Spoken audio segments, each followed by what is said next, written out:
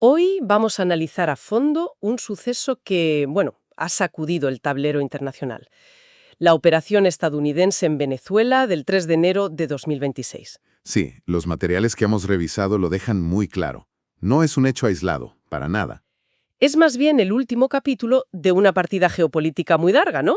Donde se mezclan poder, política exterior y, sobre todo, mucho petróleo. Muchísimo. Y nuestra misión hoy es justo esa, desgranar las claves que explican la captura de Nicolás Maduro. Entender las piezas de esa partida. Exacto, porque el análisis conecta esta operación relámpago con, por un lado, la importancia vital del petróleo, el ascenso de China como el gran competidor global. Y por otro, con las lecciones aprendidas o no aprendidas de intervenciones pasadas. Justo, Panamá, Irak, Afganistán, se trata de entender un patrón que se repite, no solo la noticia del momento. Pues vamos a ello. Lo primero que salta a la vista en todos los papeles es una idea que choca un poco con el discurso actual, ¿Cuál? que a pesar de tanto hablar de electrificación y energías verdes, el petróleo sigue siendo el rey de la geopolítica. Totalmente. El petróleo no es solo un combustible, es que estructura las relaciones de poder. Es un arma. Y Venezuela, claro, con las mayores reservas probadas del mundo en la faja del Orinoco, está justo en el centro de esa disputa. En el ojo del huracán. Y la tensión principal es entre Estados Unidos y China, que ahora mismo es el mayor importador de energía del planeta. Su sed no para de crecer. Y según leo aquí, la guerra de Ucrania fue un acelerador tremendo para todo esto. Fue el catalizador. De repente, el crudo venezolano, que llevaba años sancionado o casi fuera del mercado, se convierte en una pieza codiciadísima. Exacto. Las sanciones a Rusia, pues, redibujaron por completo los flujos energéticos mundiales. Para Washington, el problema ya no era solo que Maduro estuviera en el poder. ¿Era a quién le vendía el petróleo? Precisamente. Permitir que todo ese crudo venezolano fuera masivamente a China sin ningún control era, en la práctica, fortalecer la seguridad energética de su principal competidor sistémico. Es decir, que las sanciones, los bloqueos e incluso esta operación final no iban realmente de narcotráfico, como dice la versión oficial. Esa es la justificación pública, el titular. Los documentos lo definen de una forma mucho más cruda. Un instrumento de control geopolítico de los flujos energéticos. El objetivo entonces es decidir quién abre y quién cierra el grifo del petróleo venezolano. Y que la respuesta a esa pregunta siempre sea Washington. Vale, entiendo el porqué. Ahora, el cómo. El cómo es lo que me parece fascinante, porque Estados Unidos tiene un historial de intervenciones, digamos, complicado. Bastante complicado, sí. Y los análisis nos proponen mirar al pasado para entender esta nueva jugada. Y nos llevan primero a Panamá. El caso de Panamá en el 89 es el ejemplo de manual, el que lo explica todo. ¿Por qué? Porque es un calco narrativo. Se invade el país, se derroca a Manuel Noriega, que por cierto también fue acusado de narcotráfico, Vaya. y se asegura el control del canal. Es el mismo guión. Hay una referencia aquí a un documental de Panama Deception que lo describe como un laboratorio. Un laboratorio, esa palabra es muy potente. Es que lo fue el laboratorio donde probaron un nuevo modelo de guerra, rápida, tecnológica y de impacto mediático concentrado. El prototipo de lo que luego vimos en la operación Tormenta del Desierto, en la Guerra del Golfo. Justo eso. Fue el abandono definitivo del modelo Vietnam, de esas guerras largas, caóticas, pantanosas. Ya, un prototipo, pero claro, después de ese supuesto éxito, vinieron los grandes fracasos que todos recordamos, Irak y Afganistán. Los dos grandes traumas. Y la pregunta es obvia.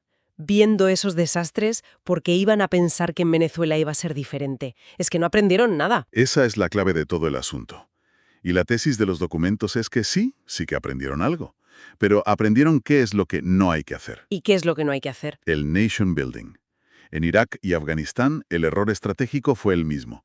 Pensar que podías derrocar un régimen por la fuerza y luego, de la nada, construir un Estado estable a tu imagen y semejanza. Y la realidad fue mucho más cruda. En Irak, el derrocamiento de Saddam en 2003, un dictador que mantenía todo bajo control, Con mano de hierro. llevó al colapso total del Estado.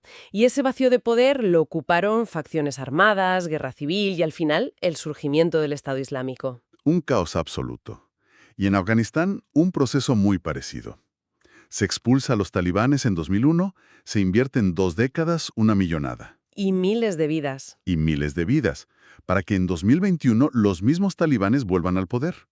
La lección parece clara. Estas intervenciones suelen generar más violencia y fragmentación. Entonces, si las intervenciones anteriores generaron tanto caos, ¿qué ha cambiado en Venezuela? Pues lo que sugieren los análisis es que Estados Unidos no ha abandonado la práctica, sino que la ha reformulado, la ha perfeccionado. ¿Cómo? Menos ocupación militar directa, más uso de sanciones económicas para ablandar el terreno y, como guinda del pastel, captura y entrega express de tiranos locales. Y ahí es donde encaja como un guante la operación del 3 de enero.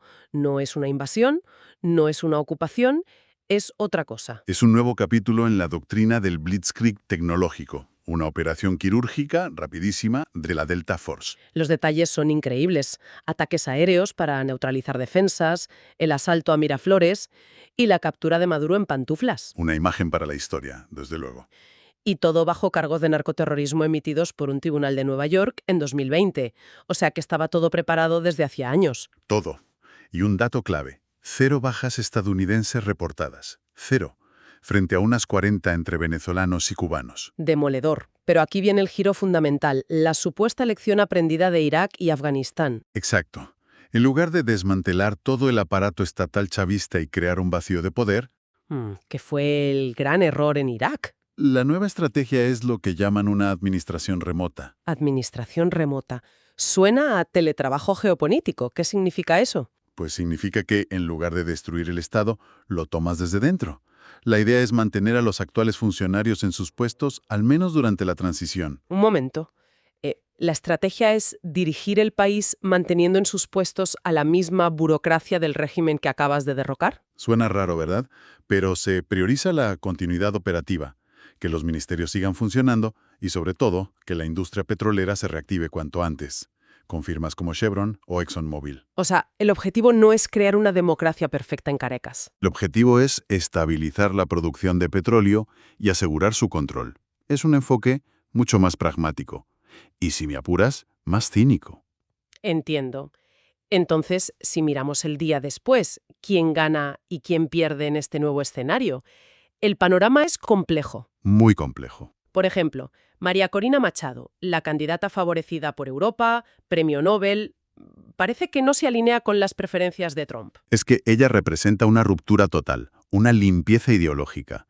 Y esta nueva doctrina no busca pureza, busca control funcional. Y por eso los análisis sugieren algo increíble. ¿El qué?